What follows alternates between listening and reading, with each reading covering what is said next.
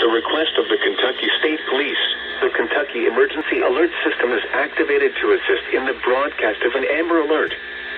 An Amber Alert has been declared. Repeating, an Amber Alert has been declared.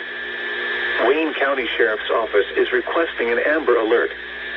Jocelyn Lair, a 7-month-old white female, hazel eyes and brown hair, was last seen only wearing a diaper and in the company of mother, Shelley Lair.